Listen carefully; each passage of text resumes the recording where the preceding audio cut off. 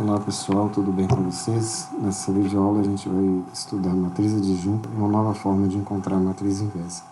Para a gente trabalhar com a matriz adjunta, a gente vai usar a matriz dos cofatores, que a gente já estudou no módulo anterior e usamos no Teorema de Laplace. Então vamos calcular a matriz adjunta dessa matriz A, a matriz 2 por 2, que é a primeira linha 3 e 7 e a segunda linha 1 e 4. Bom, o que é matriz adjunta? Então, a matriz adjunta é a transposta da matriz dos cofatores, que eu estou chamando de A barra. Ou seja, vou calcular a matriz dos cofatores e fazer a transposta. Então, vamos lá. Como que eu calculo a matriz dos cofatores dessa matriz dada, que é essa matriz A?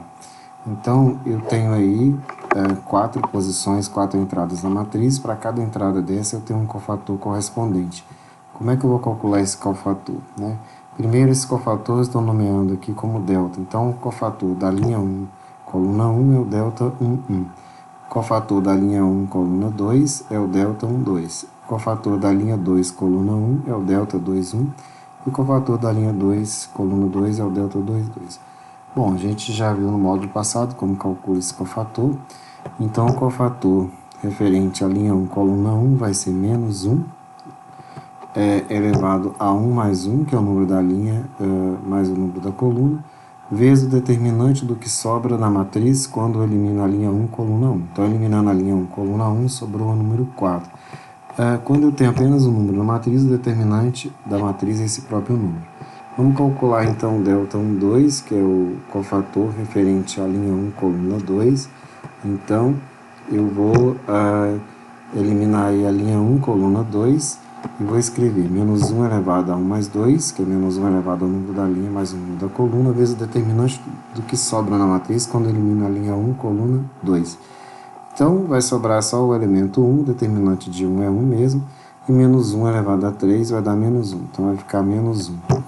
O cofator 2, 1, nós temos então, vamos eliminar a linha 2, coluna 1, e para encontrar esse cofator, eu vou pegar o menos 1 elevado a 2 mais 1, que é o número da linha, mais o número da coluna, vezes o determinante do que sobra quando elimina essa linha 2, coluna 1. Sobrou 7, então o determinante é o próprio 7. Multiplicando, então, por menos 1, eu vou ter menos 7. E por último, o cofator 2, 2, então eu vou encontrar o cofator referente a essa posição, vou eliminar a linha 2, coluna 2, e vai ficar menos 1 elevado a 2 mais 2, vezes o determinante do que sobra quando elimina a linha 2, coluna 2.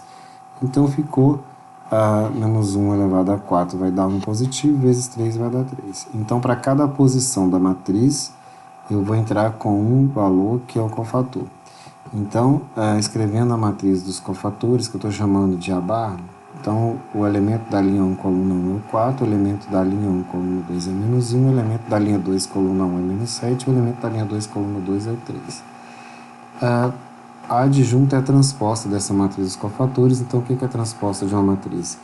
É você trocar a linha com coluna ou coluna com a linha. Ou seja, a primeira linha vai ser a primeira coluna e a segunda linha vai ser a segunda coluna. Bom, para o caso quando a matriz ela é 2 por 1, um método prático, uma maneira mais rápida de você já calcular essa matriz adjunta. Então, a dica é o seguinte: eu quero calcular a matriz adjunta de uma matriz 2 por 2, basta eu trocar de diagonal principal. Então, eu vou trocar o 3 com 4 e vou trocar o sinal dos elementos da diagonal secundária. Então, menos 1 e menos 7. É o que aconteceu na matriz anterior. Se a gente observar, né, a gente encontrou a matriz adjunta, então na primeira linha ficou 4 menos 7, na segunda linha ficou menos 1 e 3. Ok? Esse método dispositivo prático só vale para a matriz 2 por 2. Bom, então tem aí a matriz adjunta da matriz A. Vamos então fazer alguns exemplos utilizando esse método rápido, né? Então, eu tenho aí uma matriz B, que é a primeira linha menos 8 e 1, segunda linha 5 e 1. Então, a adjunta dela é trocar de posição menos 8 com menos 1 e trocar o sinal dos elementos que estão na linha 1, coluna 2 e na linha 2, coluna 1. Então, a adjunta da matriz B é menos 1, menos 5 e menos 8. Então, dada a matriz B, ou melhor, a matriz C, Letra B, eu tenho aí na primeira linha 9 e 4, na segunda linha 3 e 2. Então, eu vou trocar de posição o 9 com 2, que são os elementos da diagonal principal, e trocar os sinais dos elementos da diagonal secundária, que é do 4 e do 3. Então, fazendo isso, eu vou ter a seguinte matriz adjunta. Então, vai ficar 2 menos 4 na primeira linha e menos 3 e 9 na segunda linha. Bom, eu tenho agora um exemplo de uma matriz, 3 por 3, e ele está pedindo para calcular a adjunta dessa matriz. Então, como não tem dispositivo prático, a gente tem que fazer a matriz dos cofatores e depois fazer a transposta da matriz dos cofatores. Bom, essa matriz ela é 3 por 3, então ela tem 9 entradas. Eu tenho que achar um cofator para cada uma dessas entradas, ou seja, eu tenho que encontrar então 9 valores de cofatores, ok? Então, o cofator, estou chamando a matriz cofatores de Debarra. Eu tenho que encontrar, então, o delta da linha 1, coluna 1, da linha 1, coluna 2, da linha 1, coluna 3 e assim por diante. Como que eu encontro o delta 1, 1, cofator referente à linha 1, coluna 1? Eu tenho que eliminar a linha 1, coluna 1. Então, eu vou pegar menos 1 elevado ao número da linha mais o número da coluna, vezes o determinante do que sobra quando eu elimino a linha 1, coluna 1. Quando a matriz é 3 por 3, o que sobra quando eu elimino uma linha e uma coluna vai ser uma matriz 2 por 2, mas o determinante é relativamente simples. É só calcular o produto da diagonal principal menos o produto dos elementos da diagonal secundária. Bom, então tenho aí o elemento 1, cofator 1, vai ser menos 1 elevado a 1 mais 1, vezes o determinante do que sobra quando eu elimino a linha 1, coluna 1. E o que sobra ali vai ficar a matriz com a primeira linha 1, 3, segunda linha 2, 5. Então, o determinante vai ficar 1 vezes 5, diagonal principal, menos 2 vezes 3. Então, fica 5 menos 3, menos 6, que vai dar menos 1. Menos 1 que está multiplicando esse determinante está elevado ao quadrado, então não vai trocar o sinal, permanece menos 1. Continuando, então, ainda na primeira linha, eu vou eliminar a linha 1, coluna 2, para encontrar esse cofator. E vou colocar, então, menos 1 elevado a 1 mais 2 vezes o determinante da matriz quando eu elimino a linha 1, coluna 2. Bom, quando eu elimino a linha 1, coluna 2, então ficou a matriz 2, 3, 4 e 5. O produto dos elementos da diagonal principal é 10, menos o produto dos elementos da diagonal secundária, que vai ser 12, então vai dar menos 2. Como o menos 1 está elevado a 3, então vai ficar menos 1 vezes menos 2, então vai dar 2 positivo. O elemento 1, 3, então vai ficar menos 1 elevado a 1 mais 3 vezes o determinante do que sobra na matriz quando elimina a linha 1, coluna 3. Então vai ficar o determinante 2 vezes 2, 4, menos 4 vai dar 0. Menos 4 vezes 1 vai dar 0. Então eu tenho aí o cofator 2, 1. Então agora na segunda linha eu vou eliminar a linha 2, coluna 1. Eliminando a linha 2, coluna 1, eu faço o determinante do que sobra quando eu elimino essa linha e essa coluna. Então, vai ficar menos 1 elevado a 2 mais 1, que vai dar 3. E daí, vezes o determinante do que sobra quando eu elimino essa linha e essa coluna. Então, quando eu elimino essa linha e essa coluna, vai sobrar 0, menos 2, 2 e 5. 5 vezes 0 vai dar 0. E vai ficar mais 4 ali, então. Só que o menos 1 está elevado a 3, fica menos 1 vezes 4, vai dar menos 4. O elemento 2, 2. Então, vai eliminar a linha 2, coluna 2. Vai ficar menos 1 elevado a 2 mais 2, vezes o determinante do que sobra quando eu elimino a linha 2, coluna 2. Então, eliminando a linha 2, coluna 2, o determinante vai ficar 5, mais 8 vai dar 13 positivo, porque o menos 1 está elevado a um expoente par, 2 mais 2. O elemento 2, 3, da linha 2, coluna 3, então vai ficar menos 1 elevado a 2 mais 3, vezes o determinante do que sobra quando elimina a linha 2, coluna 3. Sobra o determinante, então, da matriz 1, 0, 4 e 2. Então, vai ficar 2 menos 4 vezes 0, então vai dar 2. Como menos 1 está elevado a 5, então vai dar negativo. Vai ficar menos 1 vezes 2. Então, vai dar menos 2. Passando agora, então, para a última linha, o elemento da linha 3, coluna 1. Vou eliminar a linha 3, coluna 1. Então, vai ficar menos 1 elevado a 3 mais 1, vai dar positivo, vezes o determinante do que sobra. Então, vai ficar 3 vezes 0, vai dar 0. E ele vai dar mais 2. Bom, elemento da linha 3, coluna 2, o cofator 3, 2. Então, elimina a linha 3, coluna 2, vai ficar 3 menos 4. Então, vai ficar 3 mais 4. 7. Como vai ficar menos 1 elevado a 5, então vai ficar menos 1 vezes 7 vai dar menos 7. E por último, o cofator 3, 3, vou eliminar a linha 3, coluna 3, então vai ficar menos 1 elevado a 3 mais 3. Então eu tenho, o determinante do que sobra ali vai ficar 1 menos 0, que vai dar 1. Ok? Então vou escrever essa matriz com esses cofatores, colocando cada um na sua respectiva posição. E a transposta dessa matriz, os cofatores, então é a matriz adjunta. Bom, se a gente observar que a gente tem as matrizes que foram dadas, né? Matriz A, matriz B, matriz C, a matriz D.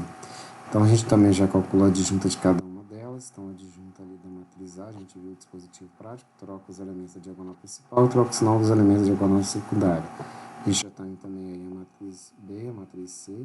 E a matriz D a gente acabou de calcular. Se a gente fizer o produto da matriz vezes a sua adjunta, vamos observar o que acontece para todos os casos. Fazendo esse produto, eu vou encontrar então no primeiro exemplo aí a matriz 5, 0, 0, 5. No segundo, a matriz B vezes a adjunta de B vai ficar 3, 0, 0, 3. Na terceira exemplo aí da matriz C, eu vou ter o resultado 6, 0, 0 e 6. E por último, eu vou ter então menos 1, 0, 0, 0, menos 1 e 0, 0, 0, menos 1. Bom, tem uma semelhança então nos resultados que aparecem aí, né? A gente vai ver que na matriz 2 por 2 a gente vai ter os elementos da diagonal principal são diferentes de 0, os demais são iguais a 0. É como se estou multiplicando, na verdade, um número vezes a matriz identidade. Então, no primeiro eu tenho 5 vezes a matriz identidade de ordem 2.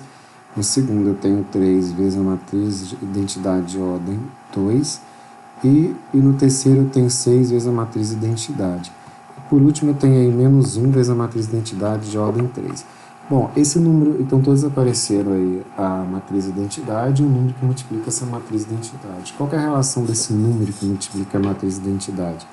Esse número, se a gente olhar para o determinante da matriz, é igual ao determinante da matriz, ou seja, esse número que multiplica a matriz de identidade, no final, que é o resultado do produto da matriz pela sua adjunta, é o determinante da matriz inicial. Então, o determinante da matriz A, 3, 7, 1 e 4, então 3 vezes 4, 12, menos 7 vai dar 5. Então, o determinante da primeira matriz é 5.